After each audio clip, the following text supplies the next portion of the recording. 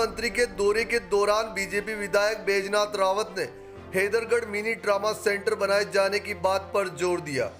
UP सरकार के स्वास्थ्य मंत्री जय प्रताप सिंह पहुंचे बाराबंकी।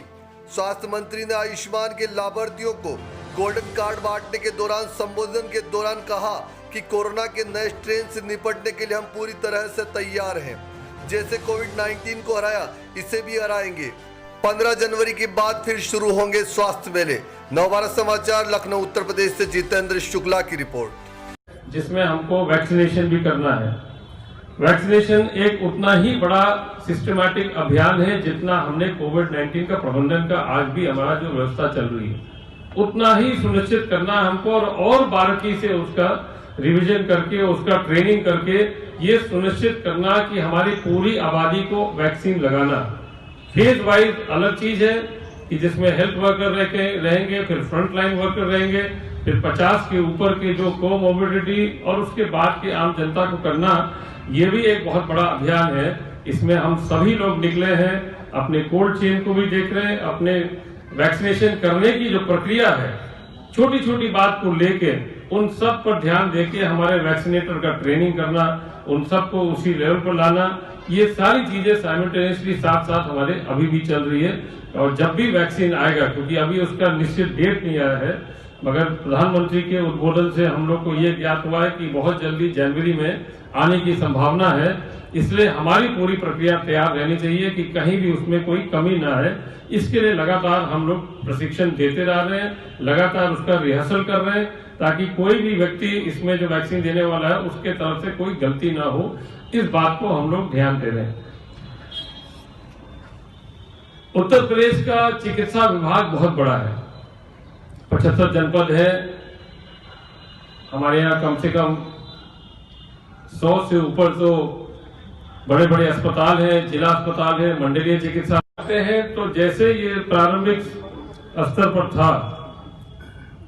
और हम सभी लोग जानते हैं कि जैसे जैसे ये कोरोना बढ़ा, उस समय उत्तर प्रदेश के ऊपर एक और बहुत बड़ा संकट आया था, जब भारी तादाद में सभी प्रदेशों से प्रवासी मजदूर आने लगे हमारे यहाँ, जिसकी गिनती आज हम अगर कंप्यूटर के आधार पर करें तो 32 लाख से ऊपर के ऐसे प्रवासी मजदूर, जिनका एक एक मोबाइल नंबर, उनका नाम, उनके आवास या गांव, हर चीज हम लोग ने अंकित किया। और उसके साथ में भविष्य को देखते हुए हमने उनका कौशल, अगर विकास उनके अंदर है, कौशलता कुछ है, तो उसको भी हमने अंकित किया। और मैं इस बात को इसलिए कह रहा हूं, उस समय हमारे आम समाज के लोग ने बढ़ चढ़ के इन सभी प्रवासी मजदूर के लिए भोजन के पैकेट तैयार करना, इनको जगह जगह पर मोहल्ले में ले जाना, गरीबों के बीच में,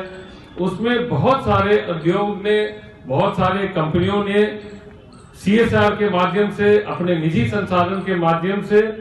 सभी लोग ने मिलकर पूरे देश में और उत्तर प्रदेश में भी बहुत बड़ी तादादों में लोग अपने छोटे छोटे NGOs को लेके या व्यक्तिगत तरह से निकल के उन रिक्शा वाले को, उन पटरी वालों को, जो सड़क में बैठने वाले, हर जगह जहां भी गरीबी दिखा, उन सबको सहयोग करने के लिए, उनको भूख न लगे, वहां तक हमने पहुंचाने का काम किया। ये पूरे समाज के लोग ने मिलकर इस कार्यक्रम को और इस परिवारों को हमको गोल्डन कार्ड देना है। जब हमने आरोग्य मेला शुरू प्रारंभ किया, तब उस फिगर को हमने 45 लाख से लेके हम 98 लाख तक ले गए थे। और 98 लाख तक ले जाने पर हमको ये सफलता मिली कि उन लोगों को जो आयुष्मान कार्ड मिला, वो उन चिकित्सालयों में जाने लगे जो हमारे से संबद्ध है, चाहे वो प्राइवेट हो, चाहे हमारा सरकारी चिकित्सालय है जो उसमें पूरी तरह से सक्रिय है, उन पर भी जाने के लिए शुरू हुआ था। और आज बहुत बड़े तादाद में उत्तर प्रदेश में ये 98 लाख परिवारों जिनको ये मिल चुका है गोल्डन कार्ड, उनके माध्यम से हम ये सब चीजें शुरू किए हैं। उनको अच्छी चिकित्सा उपचार मिल रहा है, प्राइवेट में भी मिल रहा है और सरकारी में भी जहां भी आवश्यकता होता है उनको मिलता है। अब हमारा काम रह गया कि वो 98 लाख से 1 करोड़ 18 लाख पूरा करने के लिए। और दूसरी समस्या हमारे पास ये भी है कि इतने बड़े समाज में, ये 24 करोड़ की आबादी में हमारा जो पहला सूची बना था 2011 में बना था, और हम सभी लोग जानते हैं कि आर्थिक और सामाजिक सूची बनी थी, जिसके आधार पर हमारे सारे कार्यक्रम चलते हैं और उसी कार्यक्रम पर हम आज भी आयुष्मान भारत को चलाते हैं। तो अब हम लोग ने मांग किया है आदरणीय प्रधानमंत्री से, आदरणीय केंद्रीय स्वास्थ्य मंत्री से कि अभी बहुत सारे गरीब लोग इसमें छूटे हुए हैं जो इस आयुष्मान योजना में आ नहीं सकते। इसलिए अब आवश्यकता है कि भविष्य को देखते हुए हमको अपना सूची बदलना। पहला केस हमारे पास 5 मार्च को आगरा में आया था। इटली से गए हुए लोग अपने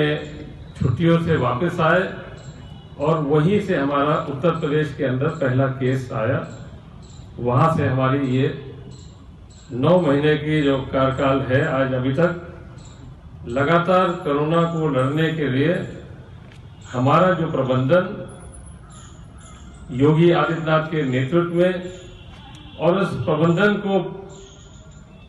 सही तरह से चलाने के लिए इस उत्तर प्रदेश स्वास्थ्य विभाग के सभी डॉक्टर, सभी पैरामेडिकल, सभी स्टाफ नर्स, वार्ड बॉय जो भी इस अभियान में जुड़े थे, मैं उन सभी को बहुत बहुत धन्यवाद देता हूं कि आज उनके कारण उत्तर प्रदेश का जो नाम विश्व स्वास्थ्य संगठन के द्वारा दिया गया, प्रधानमंत्री ने स्वयं अपने उद्बोधन में भी कहा, ये प्रबंधन आप लोग सबके वजह से कारगर हुआ, सफल हुआ, और इसलिए 24 करोड़ की इस भारी भरकम आबादी में हम आज एकदम न्यूनतम स्तर पर इस कोविड को हम लोग ने अपने लगातार 24 घंटे के अंदर टेस्टिंग करना, ट्रीटमेंट करना, ट्रैकिंग करना, एक बहुत बड़ी व्यवस्था को बनाया जो आज पूरे देश में और मुझे लगता है अंतर्राष्ट्रीय स्तर पर भी इसको देखा गया है। ये आप सभी लोग के बदौलत है कि आज हमने इसको उत्तर प्रदेश में सफलतापूर्वक इस अभियान को चलाया। आए दिन सड़क हादसे होते हैं NHI 56 पे, और मतलब यहाँ पे आप ट्रामा सेंटर की बात कह रहे थे कि पिछले विगत दिनों में आपने कहा था कि एक ट्रामा सेंटर हैदराबाद में, मिनी ट्रामा सेंटर जो है सरकार द्वारा जो है या किसी मतलब योजना के अंतर्गत बनाया जाएगा, तो क्या है उसकी पहल? उसकी बात चल रही है। इसमें इंफ्रास्ट्रक्चर की जरूरत पड़ेगी, बिल्डिंग जरूरत पड़ेगी, तो एक हम कहते हैं कि मानसिक रूप से सरकार की तैयारी